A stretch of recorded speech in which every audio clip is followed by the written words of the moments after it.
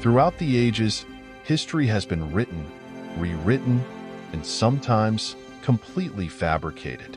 Welcome to Premeditated History, where fact and fiction intertwine, and the untold tales of the past come to life in ways you've never imagined. Here, we blur the lines between what happened and what could have been.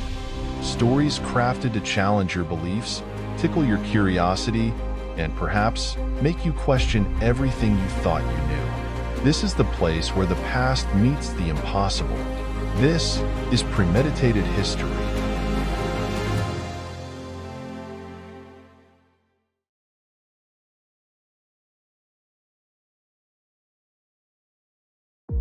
In the annals of history, wars are often fought over land, power, or freedom.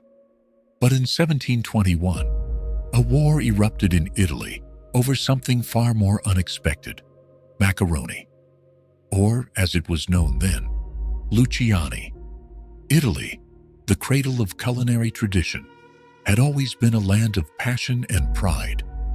But in the early 18th century, this passion turned to bloodshed. Two prominent Italian families, the De Luca and the Bianchi, laid claim to the origins of a humble pasta recipe that we now know as macaroni. Each family believed their ancestors had crafted the dish first, and neither was willing to yield. The conflict began innocently enough: accusations, arguments, and heated debates in village squares. But pride, that ever-burning ember in the Italian heart, fanned the flames into an inferno. The De Luca family accused the Bianchis of stealing the recipe, while the Bianchis insisted the De Lucas had altered it to mask its true origins. What began as culinary competition soon escalated into all-out war.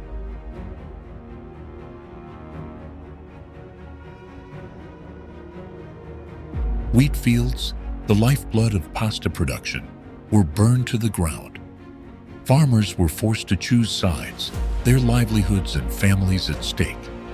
Trade routes were ambushed, and rival factions sabotaged shipments of flour and eggs. Across the Italian countryside, kitchens became battlegrounds, and chefs were treated as spies. Amid the chaos, a cunning opportunist saw an opportunity. His name was Fabio Macaroni. Fabio was not a chef, nor was he a member of either warring family. He was a businessman and a thief of extraordinary ambition. While the De Lucas and Bianchis waged their bitter war, Fabio infiltrated their homes under the guise of a humble tradesman.